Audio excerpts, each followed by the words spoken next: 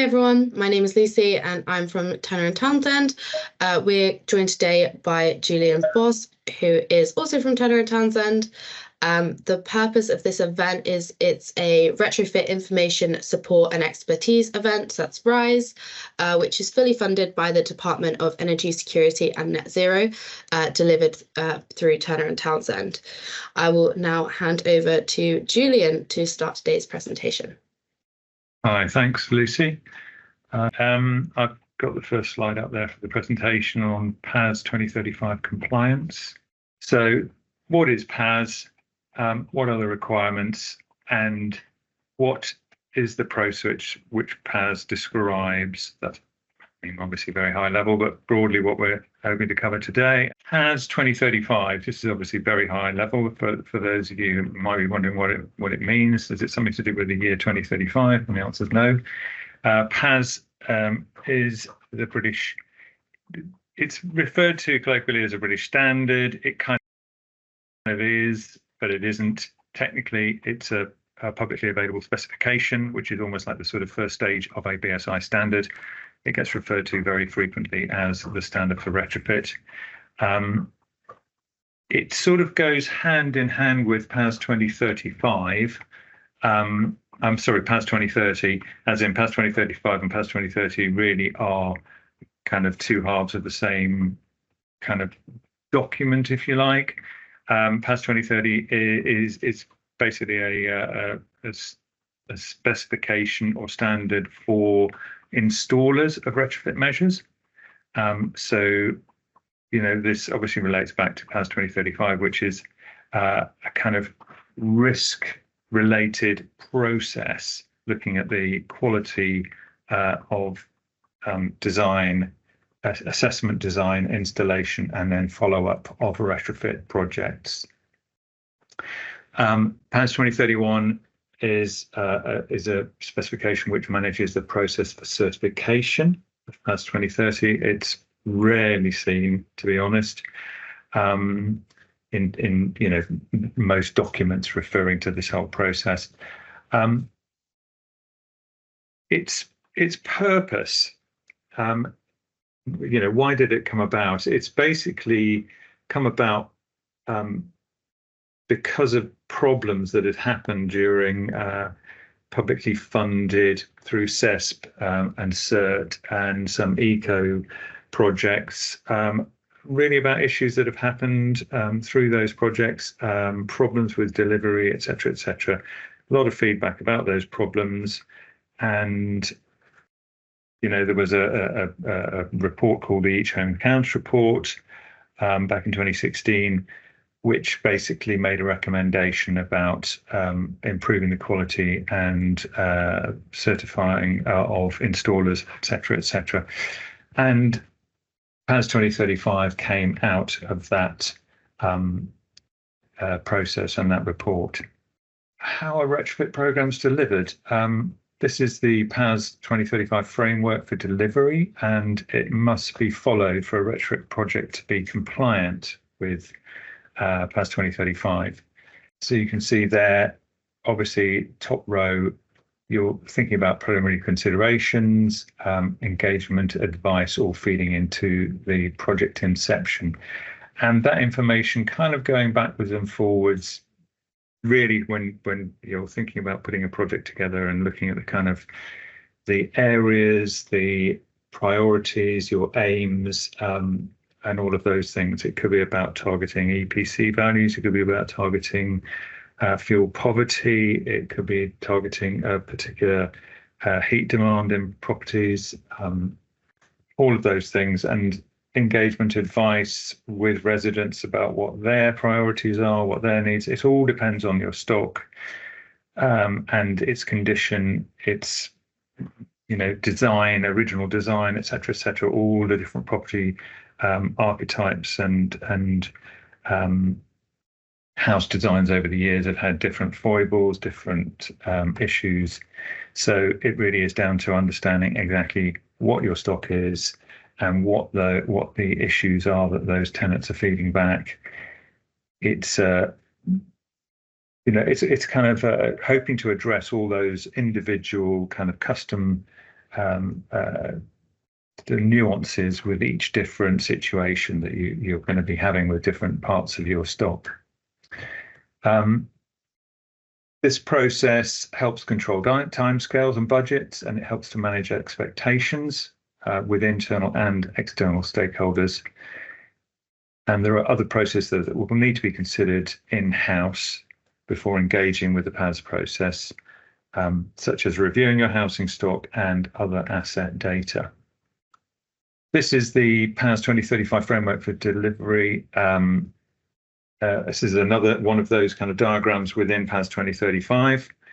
I should mention, actually, it's not in this presentation so far, that PAS 2035, the latest version, the 2023 version, so it's PAS 2035 and PAS 2030, are available free to download from the BSI website. That wasn't the case with the previous version of PAS. It cost a few £100, but for the 2023 update, it is freely available. So basically, this is giving you a kind of table thinking about the different types of buildings that you have in your stock. So going across the top could be traditional protected buildings, going across to the right, high rise, so up to 11 meters, system built, and then any further requirements.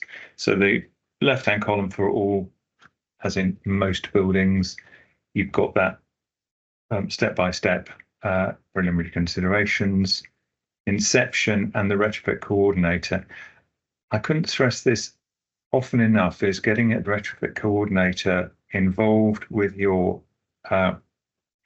project gestation as early as you can, simply because they will be able to bring the PAS 2035 kind of thinking to what you want to consider.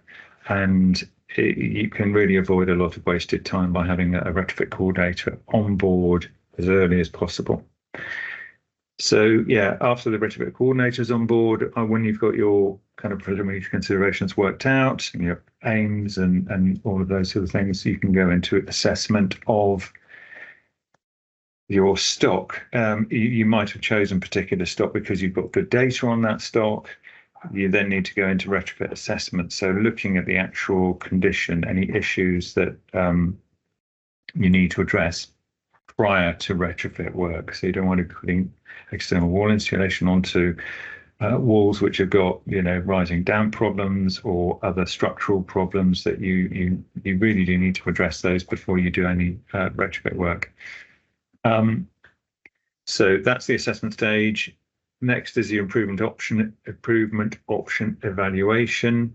And then, so this is kind of looking at all the different options, and unlikely you're going to be doing all of the options, as in a whole house retrofit, every option, every retrofit energy efficiency improvement that you possibly can. You're going to have a limited budget. You might be thinking that we're just going to improve from a EPC band E up to a C, and which options will do that in the most cost-effective way without negatively impacting future work we might want to do. Next stage, agreeing the intended outcomes. And then finally, the medium-term improvement plan will give you that. The medium-term improvement plan gives you almost the kind of sequence for doing a whole house retrofit, as many kind of improvements as you possibly could to that property, so that if you've got a limited budget, you can start kind of at the beginning and do whatever you can afford to do, what makes sense doing. And then that the rest of that plan, if you at a later stage get the funding and the opportunity to improve the properties further, you haven't done anything which is going to need to be undone for any future work. So as I say, looking across traditional protected buildings, there are additional qualifications required. If you're looking at protected buildings, just thinking about the kind of conservation aspects of those. In terms of high rise, there are various other kind of considerations to be made. So you need to be kind of thinking specifically about the additional risks of working on high-rise properties. Quite often in high-rise buildings, you might well have mixed, sort of a mix of social and leaseholder properties. So you have the added complexity of trying to do work to flats which aren't social housing, aren't necessarily, you have limited amounts of control over, what you can do with those properties. You might well have to agree to fully fund leaseholder properties just in order to be able to do a holistically proper retrofit to the whole building. And obviously different buildings have a different kind of mix of those residents. So further requirements on that right-hand side. Within PAS 2035, the 2023 version, there are additional kind of allowances for distress replacements of boilers. So if your residents have an issue in the middle of winter, boiler's broken down, it's not a repairable option, replacing that boiler, it can be retrospectively evaluated within PAS 2035 within the new version. That wasn't the case in previous versions. So retrofit advice is obviously something that is really important in terms of resident engagement, being able to advise your residents about the benefits, about the honest impact of these things, but also internally to internal stakeholders, being able to explain how important retrofit is, what kind of things retrofit can help address, whether it can be piggybacked onto other internal programs, et cetera, et cetera. So it's important to kind of make sure that everyone in the team is kind of aware of these things, as well as having conversations with residents as well. Air leakage testing and identification of repair work. That can be a useful tool. If specific target for certain air changes per hour is one of the conditions that you might set as a prerequisite for your project, then air leakage testing would become a kind of requirement. So it's not. I think an air testing strategy is now a requirement, or air permeability strategy is a requirement within the latest version of PAS. But air testing is not, unless you set a particular target within your excuse me, just turn my phone off. If you set a particular target within your improvement plan, your preliminary considerations and your targets for the retrofit work. So retrofit advice is something that you need to be thinking about throughout the project as well. It's not just something you do at the beginning to get your information and it stops there. It's got to be something which you kind of having a conversation backwards and forwards with your residents as projects are going along, because issues do arise, and having those channels available for people to explain things to residents, as well as getting feedback, is really important. And last on that right-hand column, monitoring evaluation, just to some kind of initially high-level monitoring, just to look at energy bills, understand that maybe energy use is in line with what you've modelled. If there are some sort of unexpected kind of results coming through from that, then you would be required through the PAS to kind of go to the next stage of a monitoring, which might involve kind of putting sensors into a building to understand what's really going on and why those energy bills are not how you expected. Just thinking about how a retrofit program is delivered, next sort of stage in this. The designer specification on the left-hand column here is something that we would be looking to the retrofit designer to be putting together. This is basically the retrofit coordinator works with the designer using the results from the assessment process to basically come up with what the design is for the right measures to be put into these properties. Statutory approvals, so if there's any requirements needed for what you're doing, whether it's planning, that kind of thing, then you need to obviously be putting that in place or getting that process underway as soon as possible. Obviously, building control as well is something that might need to be notified, but yeah, planning, particularly with EWI, can be an issue. External wall insulation. Installation and quality control, that's something where the PAS 2030 certification for installers is a requirement. And again, the retrofit coordinator would be charged with checking the installers are certified for the measures that they are installing.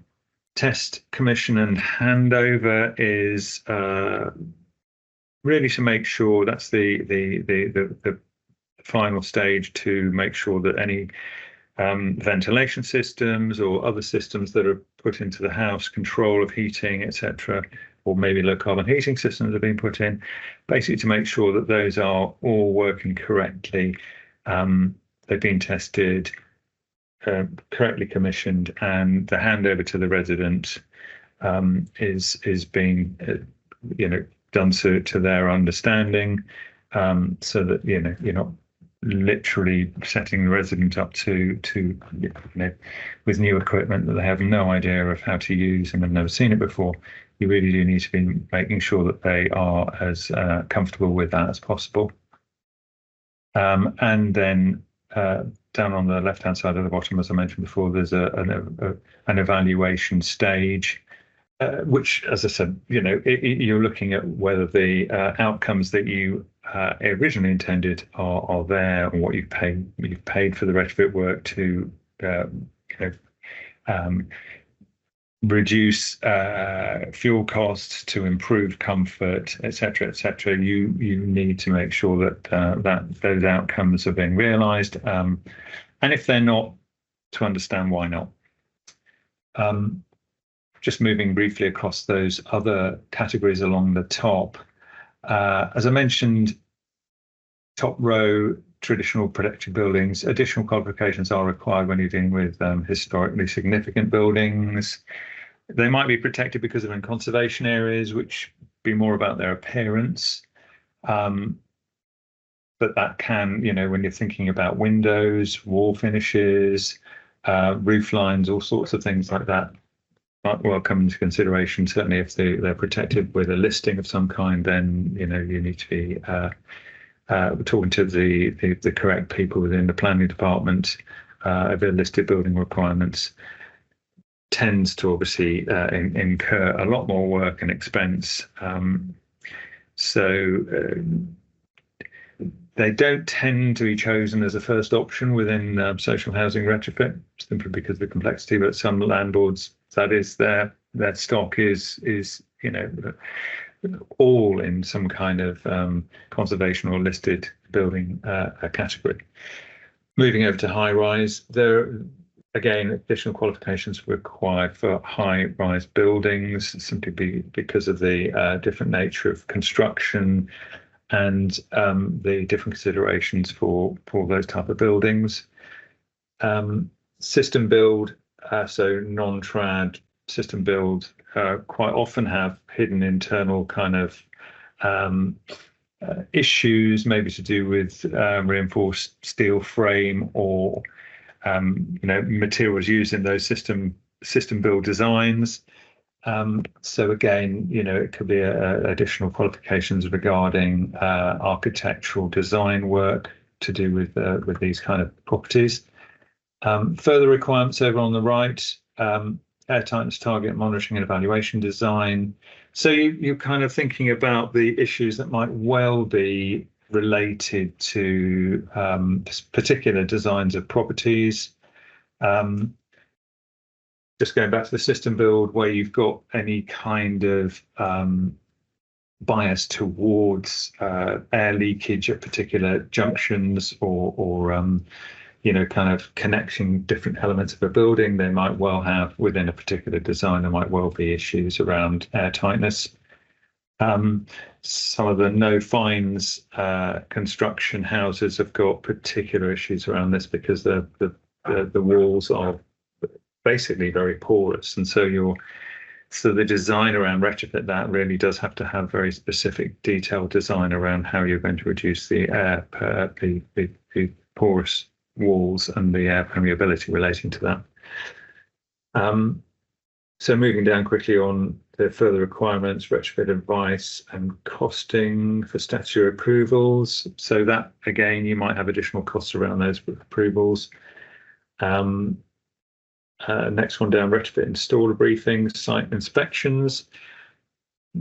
Commonly, this would be the toolbox talks kind of thing, but very important when you're thinking about respecting, the residents' areas around when, at the end of the day when you're building, not to leave a sort of unsightly kind of mess around a building site, to tidy things away and respect people's kind of areas, living areas, and common areas within sort of maybe a housing estate or something of that nature. Obviously, I think contractors need to be as respectful as possible. It's highly likely we'll have vulnerable residents within social housing estates and developments, and actually being aware of where particular vulnerable residents are and what their kind of considerations mean is obviously very helpful. Talking to the installers, them being aware that certain people are sensitive to particular things. So last couple of things on that list: retrofit advice and air tightness testing. That can be a requirement when we're thinking about handover and commissioning, depending on what kind of systems you're putting in there. If there are specific ventilation systems that you specify, they might well require a certain air tightness level, which would require a test. And then that BS 40101 at the bottom is a British standard around use for further evaluation and monitoring, just to give you a kind of standard approach for that if it's required. These dates are very important in terms of the transition period. The old version of PAS 2035, which was the most recent one before the new one came in, was called PAS 2035 2019 plus A1:2022. So that was an update for 2022. That is current. PAS 2035 2023 is also current. That we're in this transition period right now, and after the 30th of March 2025, you won't be able to start any new public funded retrofit projects with the old version of PAS. So 30th of March is that 30th of March 2025 is that cut-off date. Up to then, you can use either of the PAS, but if you start a project with a PAS, you can't switch to a different version halfway through. You have to stick with it. So that, just to be clear, and there's no confusion. So we're in the transition period. 30th of March is the cutoff point, after which you can only use the 2023 version. We're moving on to requirements. So on the right there is the latest version of the PAS, as you can download from the BSI website. So in order to comply with PAS 2035, works must be carried out to PAS 2030 2019 or PAS 2030 2023. So the installer needs to be certified to PAS 2030, whichever version you happen to be using. Now, this is an interesting one. So if you're retrofit coordinator and your project is using the 2023 version of PAS, so PAS 2035, 2023, your installers must be certified to the same version of PAS 2030. So you can't mix a 2019 certification with PAS 2035, 2023 risk management. You have to be using the same versions that you are managing the project with. That's very important. Retrofit coordinator and installers must be registered with Trustmark in accreditation scheme. So again, Trustmark is the other part of this jigsaw. You can do a retrofit coordinator training, but you aren't necessarily registered with Trustmark. If you're going to do a PAS 2035 project as a retrofit coordinator, you must be registered with Trustmark, because the data and details about that project need to be lodged on the Trustmark data warehouse. And that would include the certificates that the installers have. So you need to be detailing that kind of information back to the data warehouse. So here are listed some of the key documents. I mentioned on the previous kind of charts or tables, your retrofit objectives. So some of most of these documents will end up being lodged at the Trustmark data warehouse by the retrofit coordinator, because they kind of give an outline of what the project has been designed to do, where the decisions have been made, what kind of strategies you're going to be employing, and then your choice of measures and all the other sort of important detail about the project. So the first one, retrofit objectives. What outcomes are you targeting? As I mentioned, it could be a heat demand target, it could be addressing fuel poverty, it could be an EPC target. Next, your options evaluation. So what are the full range of retrofit measures for consideration, appropriate to your building and residents? The ventilation assessment, that's ventilation in building regs is a bit of a nefarious kind of thing. It talks about adequate ventilation, and the reason for that is that, if you have a 3-bed house with a couple living in there, maintaining good air quality will require a different level of air changes than if you've got a young family with lots of children and some pets. And it depends is the answer, what needs to be in place to maintain good air quality in the same house, but with different levels of occupancy. A retrofit delivery plan, exactly what it says, what works are being done, how, with what materials and products and systems. The medium-term retrofit plan, so it should describe what works need to be done in total now and in the future to upgrade the entire home.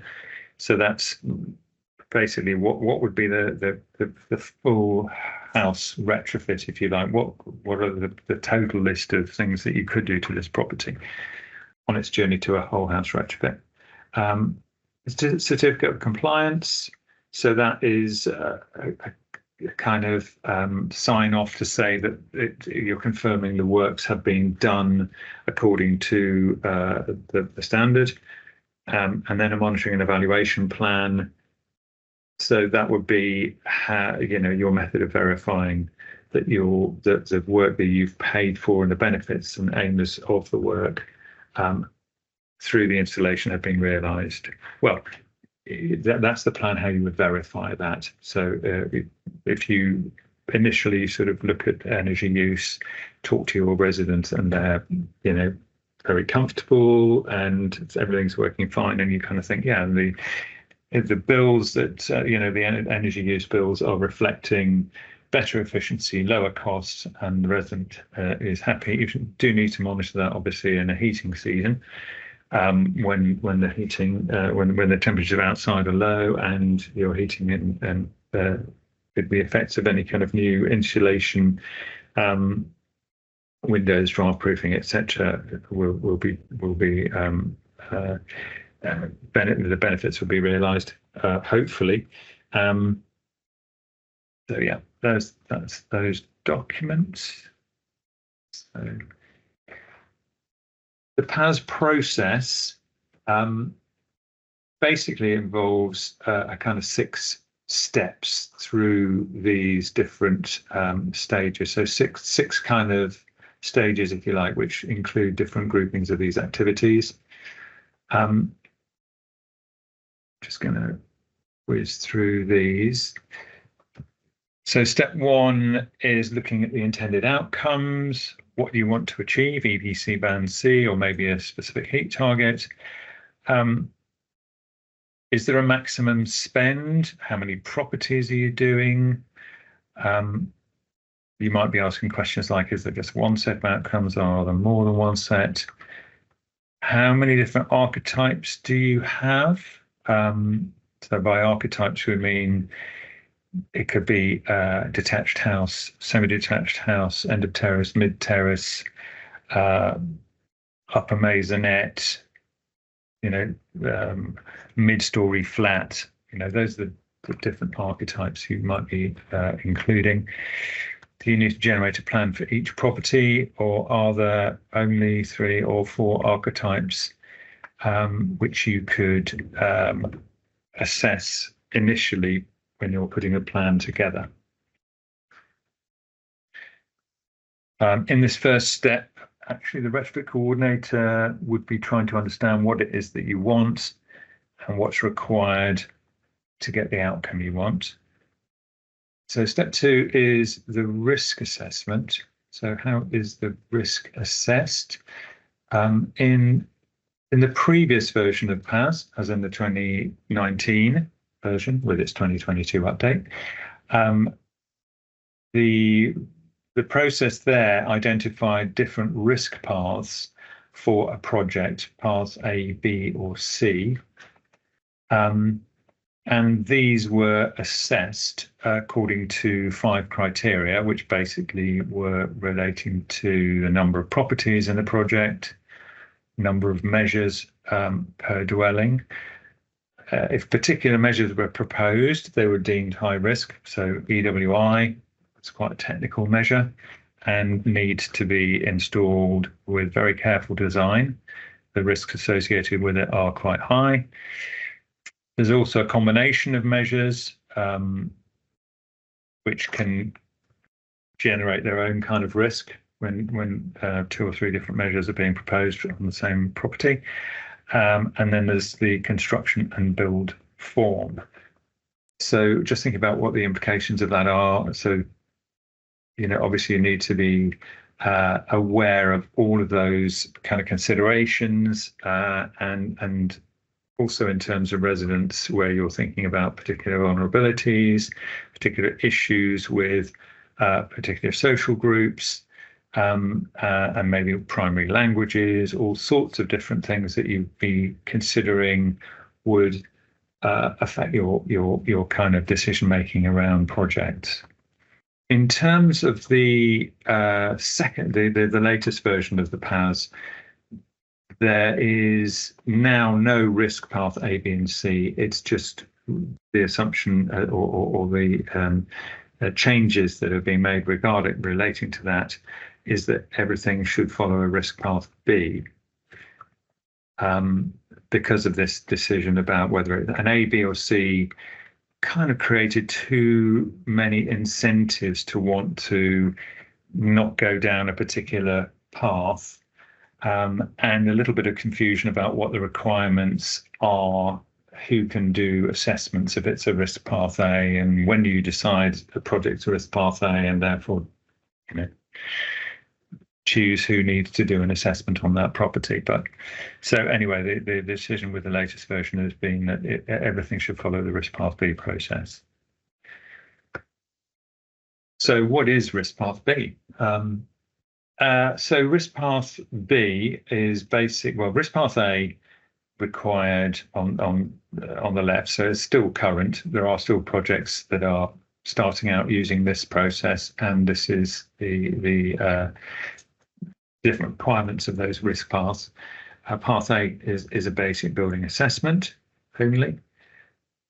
So path A is single measures, simple design forms, etc.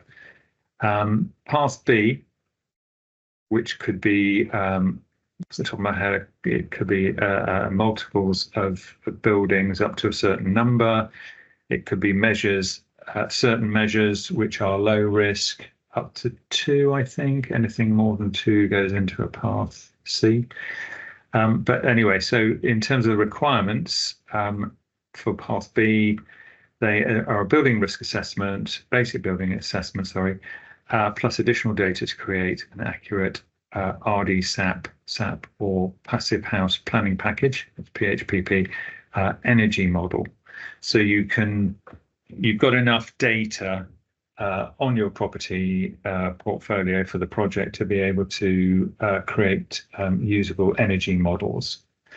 And the path C requirement, so risk path C is as for B, plus the principles of a risk level 3 assessment, plus an air leakage test and other appropriate testing, which could be all sorts of things. It depends on why that project is or property is deemed risk path C. So with the new PAS 2035 on the right there, it's now stipulated that everything must follow a risk path B. So, and the note there, air tightness testing is no longer normative as part of the assessment. So it's no longer an absolute requirement as part of the assessment. As I said before, if air tightness targets are part of your original project aims, then obviously an air tightness test at the end would be required to indicate that you've met those aims. So this is indicating a diagram that's used in PAS, which is the interaction matrix. You probably can't see the text along the top, but basically it's a list of retrofit measures along the top, and then the same measures are along the diagonal. And what it is, it's basically looking at which measures can be used together or not. The key to this diagram is down here. So the red are the measures that are not appropriate together or should not be combined. The green are measures are independent and do not interact, so are fine to be used together. Yellow is measures that interact or may connect and require construction details. And the orange are measures that interact and require complementary specification or upgrade. So basically, it's kind of showing you in an easy visual tool what kind of things obviously are straightforward and which ones require additional design work or should be avoided. So step 3, we got the dwelling assessment.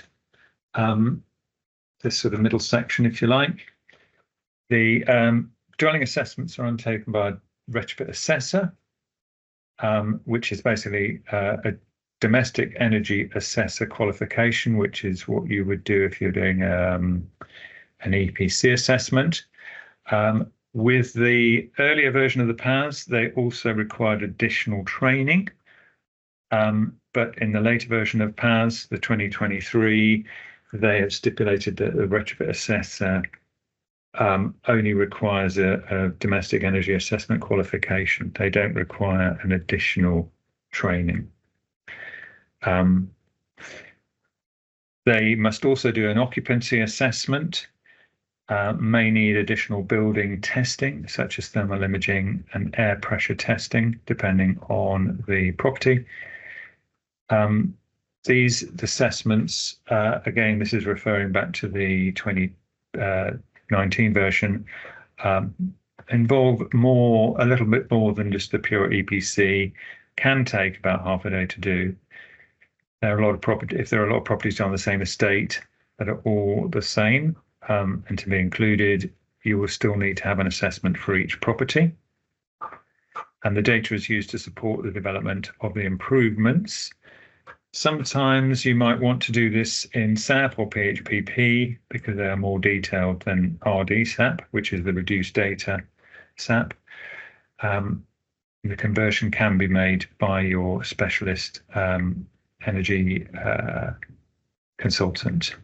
I'm just going to skip back. So in the older version of PAS, as in the 2019 version, so when you're thinking about the risk pathways, which aren't indicated on this, I know, a retrofit coordinator is also able to do some of the retrofit assessments on risk path A properties as well.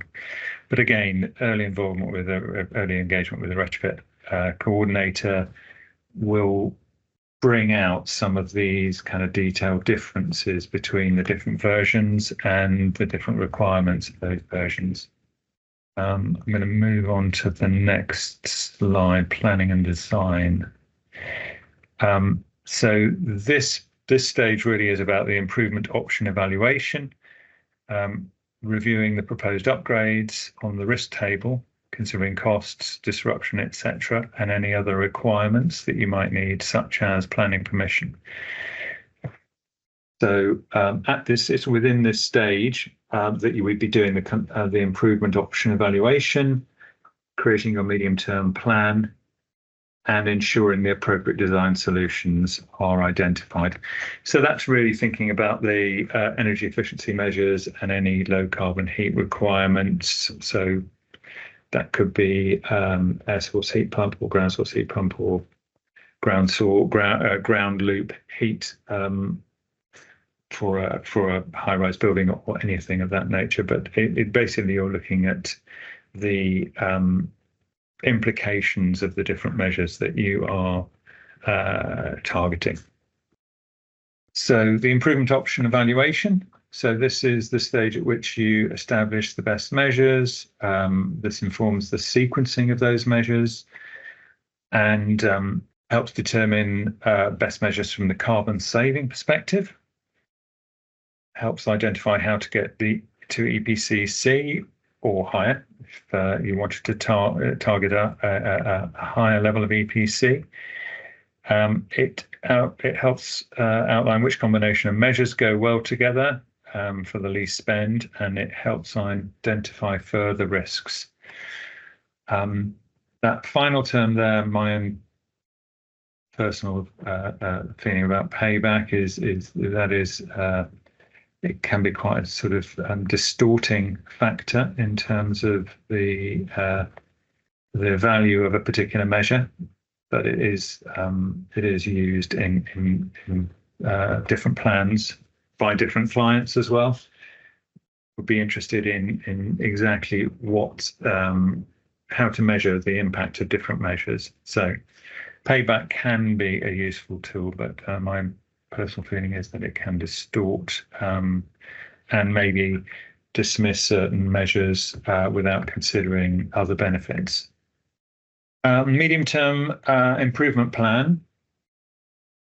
So in most instances, we don't do a whole house retrofit. So this helps us know how we can get from our starting position to our objective, which could be net zero, EPC-C or EPC-B, etc., over a period of time. So it could be thinking about the staged retrofit of properties. It can help plan future programs as well, alongside current maintenance programs that you might have. So it could be, decent homes or maybe a window replacement program or something like that. This can be a good way of looking at where those opportunities are to dovetail into other programs as well. So yeah, that first line, route to optimal retrofit. So maximizing the opportunities and cost saving opportunities and disruption. So thinking about not having to go back to people's properties repeatedly when maybe you've got the opportunity to do several different improvements at the same time. So step 5, we're thinking about the installation. The main role for the retrofit coordinator is to provide oversight on the works. If there is a change in materials, this needs to be approved by the retrofit coordinator. If this is changed without their consent, it could have an impact on the contractor and the sign-off of the project. The retrofit coordinator needs to be involved in commissioning and checking certificates in order and seeing that the items are working on site, and they must be involved in handovers and ensuring PAS compliance. So the installation needs to be done by your PAS 2030 certified installer, but the oversight of that, as with all other stages of the retrofit, needs to be done by the retrofit coordinator. And finally, step 6 is monitoring. So this is the final stage of the process and must be carried out by a neutral retrofit coordinator. So someone who's working on the client side, not on the contractor side. In most instances, you would have a retrofit coordinator working on the contractor side, simply to understand how they need to comply.